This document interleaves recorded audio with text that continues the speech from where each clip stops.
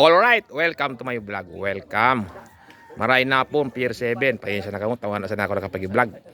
Si Seraw kan tambay di wana sa Pier 7. Tapos na kaya kang piste di sama. So mga engkwa, so mga taga Manila naguruli na kangina. Nagrulay-luay na. Kinawana.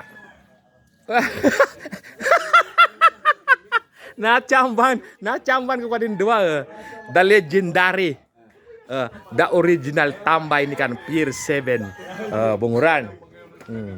Papayoyo Rinyon. Kung ako nakadi kung susugo na magpinsan kami, magpinsan kita o magtiyo ako sa imo. Makuti, iyan na sa pinto. Ato tabi si Papa Red.